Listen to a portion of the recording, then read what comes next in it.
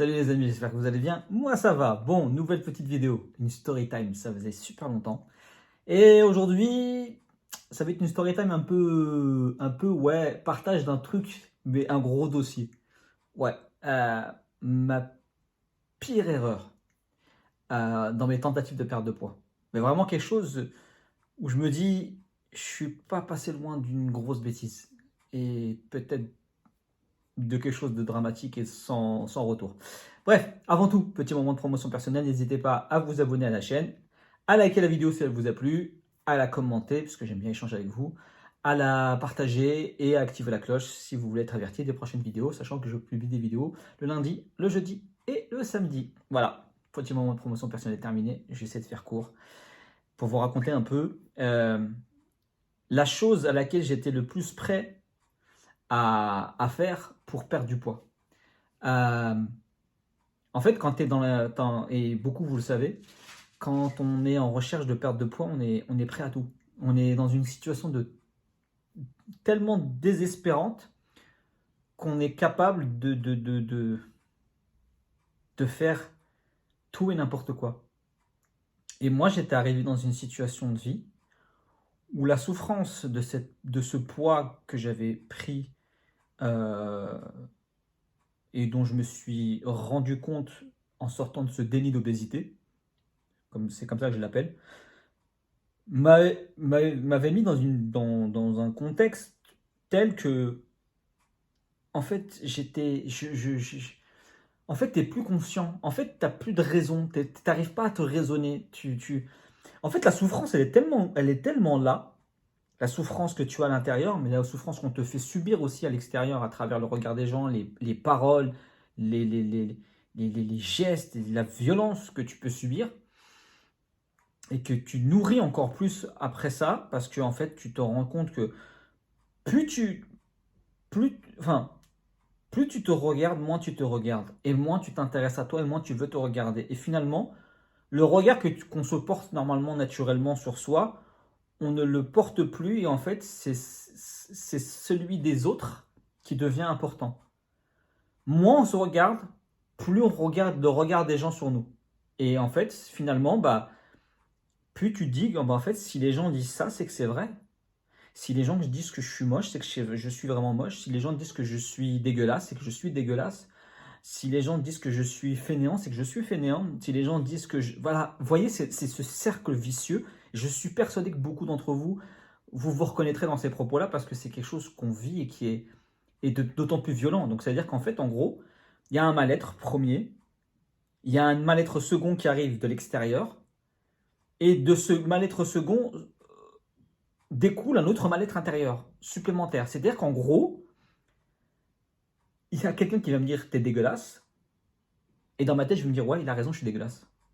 C'est ce que je parlais souvent de la grossophobie classique et la grossophobie intérieure. Bah, en gros, c'est ça, c'est ce regard-là. Et donc, quand on arrive à cette situation de vie où il n'y a plus de raisonnement possible. Tu n'arrives plus à avoir un raisonnement posé, une distance avec toi-même, parce que ça devient trop compliqué, c'est trop d'émotions, c'est trop de trucs à gérer, c'est trop. Et donc, tu es capable du tout. Tu désespères et tu es capable du pire. Et moi, c'est ce qui s'est passé. Entre 2004 et 2005, je sais plus, peut-être un troisième, quatrième, cinquième régime, je sais plus. Et, euh, et j'avais essayé plein de trucs, hein, des régimes verts, des régimes souples, des régimes avec la lettre des aliments, les régimes des couleurs des aliments, les régimes de docteur truc, de docteur machin, les coupes fins, les si. Et en fait, je, je, je, je, je m'enfonçais de plus en plus. Et je voulais aller de plus en plus loin pour trouver une solution de plus en plus radicale. Et j'en suis arrivé à un moment où j'ai entendu parler d'un médicament qui faisait assez fureur pendant les années 90, début 2000. C'était le Mediator. Je ne sais pas si certaines personnes l'ont connu, mais en tout cas d'un certain âge l'ont connu, de ma génération certainement. Alors, c'était pas du tout la fonction première de ce médicament-là. Hein. C'était pas un médicament pour perdre du poids, mais il a été détourné de sa raison première, pour, parce il y a eu apparemment des retours ou des remarques comme quoi il permettait les coupes fins et d'éviter de manger ci ou ça, bref, et de perdre du poids, blablabla. Bla. Et moi, j'étais tellement en désespérance que je suis allé voir un matin mon médecin traitant, mon ancien médecin traitant, et je lui ai dit, voilà, je crois que c'est la première fois que je parlais de mon poids. D'ailleurs, c'est la seule fois où j'ai parlé de mon poids. D'ailleurs, c'est suite à ça que j'avais eu l'ordonnance pour aller voir une nutritionniste. Mais ça fera partie d'une autre story time parce que c'est assez cocasse le rendez-vous que j'ai eu avec une nutritionniste et surtout que je l'ai revu quelques années plus tard. Bref, mais j'en parlerai plus tard sur notre story time. Et donc, c'est la première fois que je lui parlais de mon poids, parce que lui, à chaque fois, il me faisait la réflexion, bien sûr, et c'était le truc qui m'agaçait le plus et qui me faisait le plus de mal, et ce qui faisait que j'allais de moins en moins le voir, parce que j'en pouvais plus qu'on me parle de mon poids. Mais là, pour le coup, j'étais allé le voir vraiment sur ça, en lui disant, il me disait, alors qu'est-ce que ça va, est-ce que ça va pas? Je lui dis, non, non, si, ça va, sauf que j'ai envie de maigrir, quoi. J'en peux plus, je suffoque, au sens propre comme au sens figuré avec les apnées du sommeil que j'avais la nuit, mais donc c'est au sens propre, mais au sens figuré, dans le sens où psychologiquement, même si j'étais pas allé dans les détails, mais je lui ai fait comprendre qu'en gros ça allait pas. Et je lui ai dit, écoute, ça serait peut-être intéressant, j'ai entendu parler d'un médicament qui s'appelle le Mediator, et est-ce que tu pourrais me le prescrire pour que je puisse m'aider à perdre du poids? Et là, lui, il m'a stoppé tout de suite. Il m'a dit non, non, non, non, non, non, c'est pas le but de ce médicament.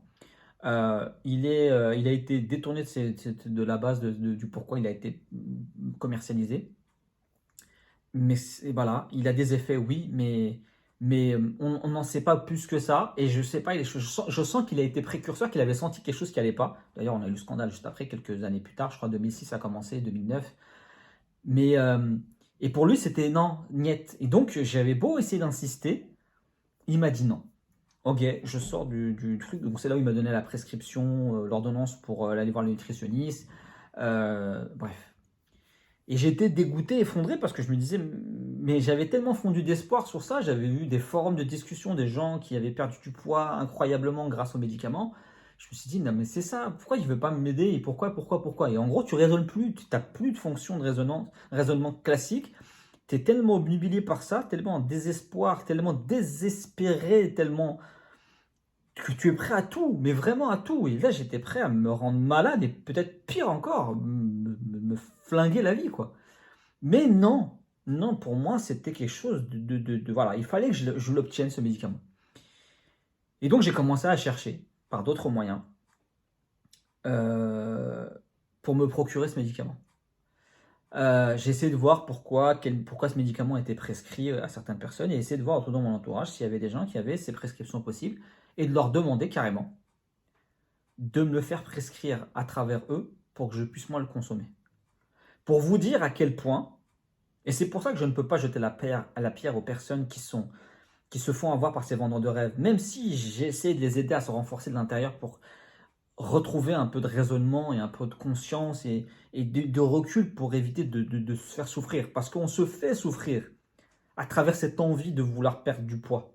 On se fait souffrir parce que des fois on fait des choses qui peuvent aller très loin et peuvent aller même trop loin. Et, et j'ai essayé par tous les moyens de te trouver quelqu'un qui pourrait me le prescrire, me l'avoir. Alors heureusement que je ne connaissais pas des réseaux ultra souterrains, des trucs mystiques, bref, occultes, voilà, parce que je pense que je les aurais utilisés. Vraiment à ce moment-là, je pense de ma vie, j'étais à un tel point de désespoir et de souffrance que je pense que j'aurais sauté le pas et j'aurais tout fait pour les obtenir. Et Dieu merci, non, j'avais pas ces réseaux-là, et je les ai jamais eus, et je ne souhaite pas les avoir. Mais, mais j'ai vraiment cherché. J'ai cherché par tous les moyens. Je me suis inscrit dans des forums de discussion avec des pseudonymes différents pour essayer de voir s'il y avait possibilité de comment trouver une astuce pour obtenir ce médicament. Euh, mais impossible de mettre la main dessus. Impossible de mettre la main dessus. Et ça me faisait souffrir, ça me faisait bouffer parce que je me disais, mais je rate quelque chose. Je suis en train de passer à côté du remède pour changer de vie, pour enfin voilà, me sortir de ce mal-être et me sortir de cette souffrance. Ça a duré, mais vraiment, un bon 4 mois. 4 mois de recherche. 4 mois à essayer de chercher. J'en ai parlé à personne. Vraiment. Là, c'est la première fois que j'en parle. Et je pense que les membres de ma famille vont être choqués d'entendre ça, mais parce que je n'en ai jamais parlé. Alors, attention, c'est pas une souffrance ou autre chose. Juste que je dis et j'essaie d'exposer le fait que n'en voulez pas forcément aux personnes qui se jettent sur les, ces vendeurs de rêves qui surfent sur ça, qui savent surfer sur cette souffrance, sur cette désespérance qu'on a. Parce que quand on est dans cet état-là, il n'y a plus de raisonnement, on n'arrive plus à se raisonner. On est capable de tout, on est capable du pire. Vraiment, vraiment. Vous imaginez la souffrance que c'est d'être capable du pire pour perdre du poids.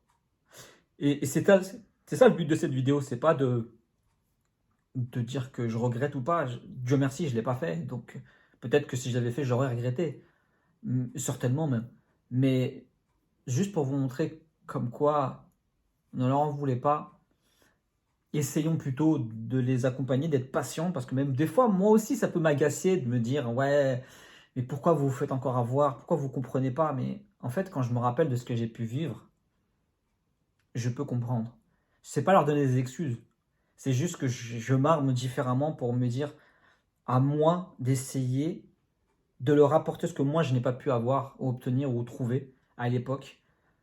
Une façon de capter leur attention, une façon de les aider à se renforcer de l'intérieur pour mieux affronter ce qui se passe à l'extérieur et moins se faire avoir. Retrouver un peu de raisonnement. Et c'est un peu l'objet, le but de me partage sur les réseaux, c'est d'amener un peu de conscience et de raisonnement aux personnes pour qu'elles puissent voilà, prendre ce temps d'arrêt, de se dire non, peut-être que je fais n'importe quoi. Je sais que c'est difficile, mais il n'y a pas de solution miracle parce que sinon, dans ces cas-là, tout le monde serait au poids qu'il veut, comme il rêve. Alors que non. Et quand on prend encore un peu plus de recul, on se dit que ça fait 40 ans que ça dure. 40 ans qu'on entend parler de régime ci, régime ça, d'astuces ci, de pilules de ça, d'aliments ci, d'aliments ça. Et en fait, on sait très bien qu'on fonce soi. Mais ça, on ne l'entend pas parce qu'on est tellement submergé de bruits autres qui nous font pas, qui obstrue le son de cette petite voix-là qui nous dit qu'il n'y a pas de solution miracle, il n'y a pas de remède miracle, il n'y a pas de gélule, pilule, médicament, recette, secret pour perdre du poids, pour atténuer sa souffrance. Il y a un chemin à parcourir. Il peut être plus ou moins long, plus ou moins difficile. Il va demander du travail, de l'investissement, des efforts, du temps, mais il vaut la peine d'être vécu, d'être traversé, d'être parcouru. Et petit à petit, en rendant un peu de raisonnement, de conscience aux gens, de recul, de prise de recul et de prise de conscience, c'est ça que je veux parler, ça permettra d'être moins soumis à cette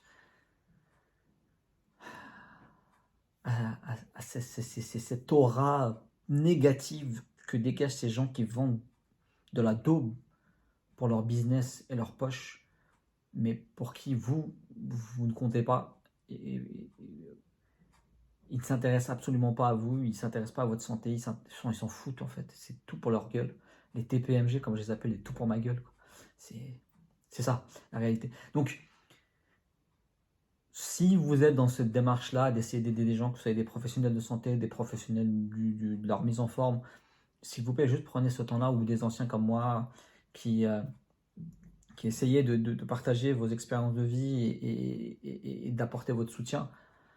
Je sais que des fois c'est frustrant, je sais que des fois ça peut être énervant, je sais que des fois ça peut être blessant et agaçant parce que on se met à leur place et on se dit non, faut pas faire comme ça. Nous aussi on l'a fait, moi je l'ai fait. J'ai été capable de faire des bêtises, des erreurs. Parce que, encore une fois, j'étais dans cette souffrance et dans ce désespoir. Et si j'avais eu quelqu'un comme moi qui serait venu, ou comme d'autres personnes qui seraient venues me dire, voilà, discuter, peut-être que je ne dis pas que ça aurait matché tout de suite, mais je dis simplement que j'aurais entendu un autre discours. un discours complètement différent. Et puis, je sais que des personnes comme moi qui ont un parcours de vie, on incarne aussi une sorte d'espoir. Et je sais nos messages font plus entendus parce qu'on est plus réceptif, parce que justement on capte justement cette audience, ce regard des gens qui sont là, waouh, il l'a fait, elle l'a fait. Mais encore une fois, je le dis souvent, on ne peut pas imposer le bien-être ou le bonheur aux gens.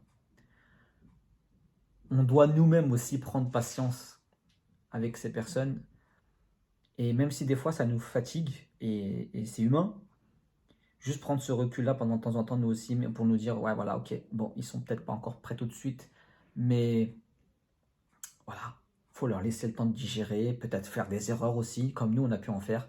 Parce que il faut pas oublier une chose, c'est que c'est aussi nos erreurs à nous qui nous ont permis d'arriver où on en est arrivé. Et que si à un moment on a pu créer la bascule, c'est que peut-être parce qu'on était prêt à créer cette bascule-là. Et que peut-être ces personnes-là ne le sont pas encore, ou bientôt. Mais que ça serait dommage d'arrêter ou de les renvoyer dans leur parce que tout simplement on est fatigué. Et je comprends, moi c'est le premier, des fois je suis fatigué. Je suis fatigué de répéter des fois certaines choses. Fatigué de me dire qu'en fait on ne lit pas. Fatigué de me dire qu'en fait on n'écoute pas. Et... Mais c'est pas grave, parce que j'ai cette passion du partage. Et c'est ces erreurs-là, et que je ne peux pas oublier, qui me font revenir et m'apaiser et me calmer et me dire que non, c'est pas grave. Ok, t'as pas entendu, t'as pas écouté, c'est pas grave. Un jour viendra, et je te le souhaite. Et je le souhaite à tout le monde, vraiment de s'éveiller un jour, de se renforcer de l'intérieur pour s'éveiller, pour mieux avancer, pour plus s'affronter, ne plus se faire avoir par tout ça. Et enfin prendre conscience qu'en fait, il n'y a pas de secret, il n'y a rien de miraculeux, il y a juste un travail à faire sur soi et qui va prendre du temps. Et il faut investir, il faut aller chercher, il faut y aller. Et vous en êtes capable parce que vous avez la volonté de réussir, vous avez les moyens de réussir, vous avez ce potentiel de réussir. C'est sûr, c'est indéniable. Pour moi, il n'y a même pas à réfléchir midi 14h. Il n'y a pas parce que vous avez fait 15 erreurs que ça veut dire que la 16e, vous allez encore en faire une autre. Pas absolument pas, ça ne veut rien dire.